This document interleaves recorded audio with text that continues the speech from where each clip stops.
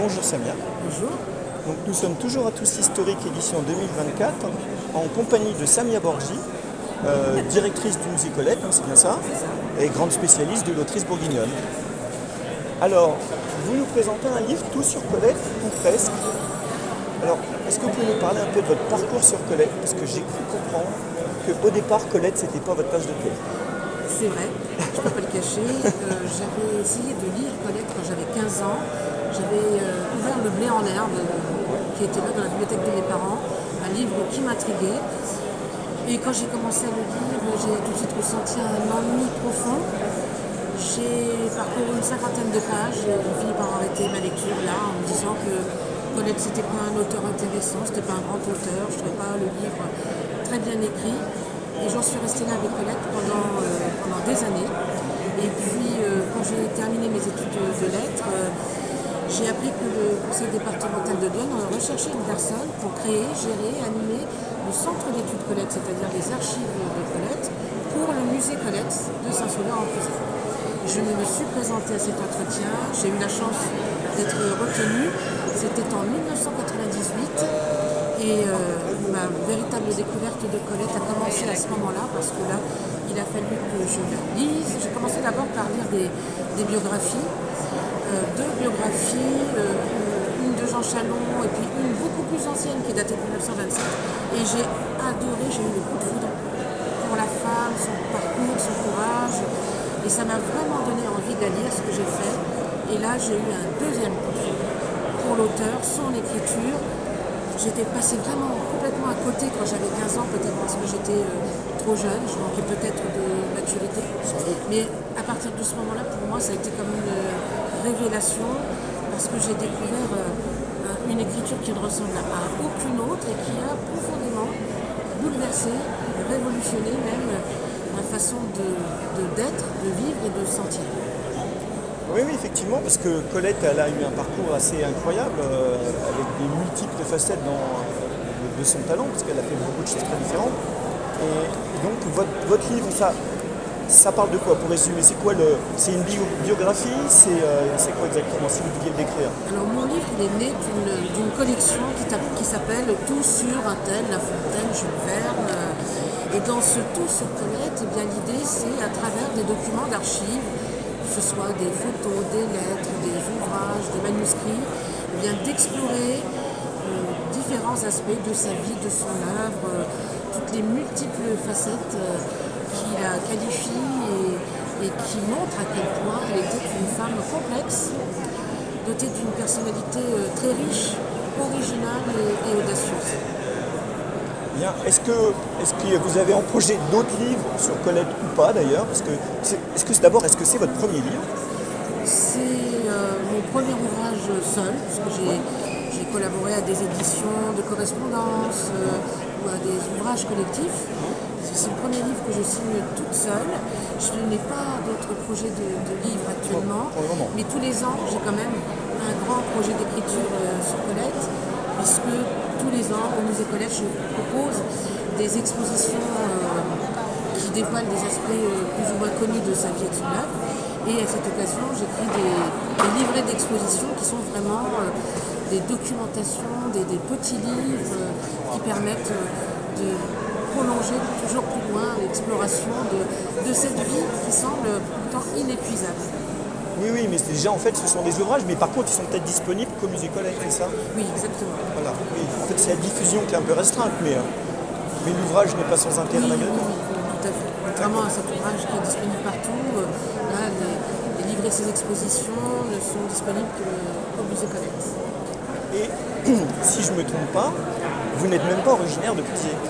Moi, je suis née à Sens. Oui, c'est pas loin. C'est le nord de Lyon. Le nord de Lyon. Et c'est, en tout cas, moi, quand je suis née, j'ai grandi, c'est un nord qui ne communique pas avec le sud.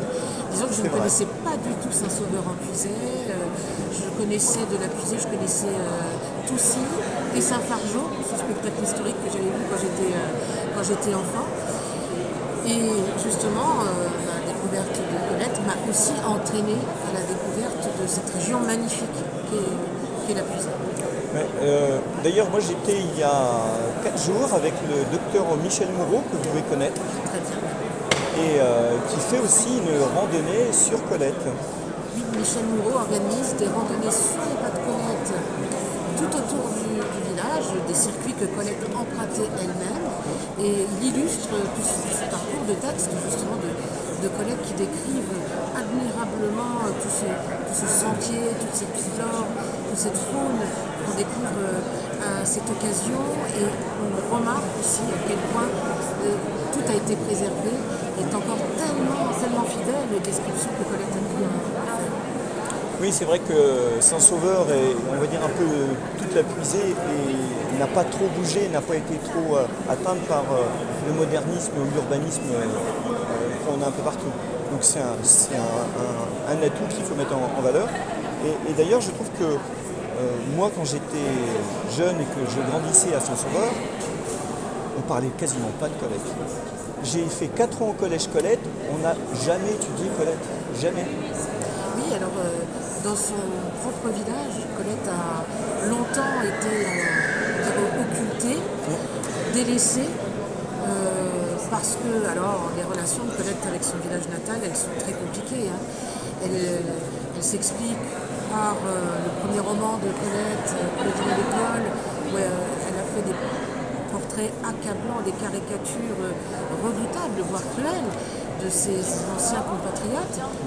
Et puis aussi parce que, alors si elle avait fait ça, c'est parce que dans son enfance, dans sa jeunesse, elle avait eu une expérience très douloureuse. Ses parents étaient très mal aimés par les habitants de Saint-Sauveur, et quand les difficultés financières de la ruine a conduit sa famille à quitter le village, tout ça s'est fait dans des conditions vraiment douloureuses pour Colette. Ça fait l'objet de beaucoup de commérages qui l'ont profondément marqué, traumatisé, ce qui lui a donné plus tard l'envie de se venger à travers ses premiers livres. Et puis très vite, en réalité, quand on regarde la continuité de son œuvre, très vite, elle est gagnée par un sentiment de culpabilité, des remords, qui vont l'amener à reprendre toute cette matière, tous ses souvenirs d'enfance, pour les sublimer. Mais le mal était fait, et aux yeux des habitants de Saint-Sauveur, ils ne lui pardonneront jamais, vont nourrir à son égard une rancune qui va se transmettre de génération en génération, et il faudra attendre que la mémoire se perde, ce qui est fait aujourd'hui, et aujourd'hui seulement. Mais il faut dire aussi à l'époque que Willy le poussait un petit peu pour que ça soit un peu plus croustillant. Willy lui avait conseillé d'épicer ses souvenirs, Voilà. de les rendre plus croustillants, effectivement, de les échauffer un peu. Donc, effectivement, il y a l'influence de Willy. Et puis en plus, lui, il avait l'habitude de régler ses comptes, ses propres comptes, à travers ses livres, à travers la littérature. Puis Colette se reprochera plus tard, elle, sa jeunesse, son insouciance de nuire. Alors, la question qu'on peut se poser aujourd'hui, est-ce que les jeunes peuvent lire Colette ? Tout le monde peut lire Colette.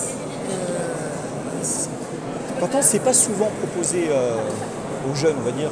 Colette, c'est plus une lecture de lycéens que de collégiens, par exemple. Oui, tout à fait. Voilà. Parce qu'il faut faire le bon choix. Il faut pousser la bonne porte. Exactement à mon image. Moi, quand j'avais 15 ans, j'ai complètement raté ma découverte des Colette. Peut-être que si j'avais choisi un autre livre, La Ville de la Vigne, La Maison de Claudine, peut-être que le charme aurait opéré tout de suite. Et justement, ce choix-là, il est crucial parce qu'il peut effectivement vous détourner pour toujours, pour longtemps en tout cas, d'une œuvre. Oui, forcément, quand on n'a pas aimé un roman d'un auteur, on n'a pas envie d'y retourner, c'est logique.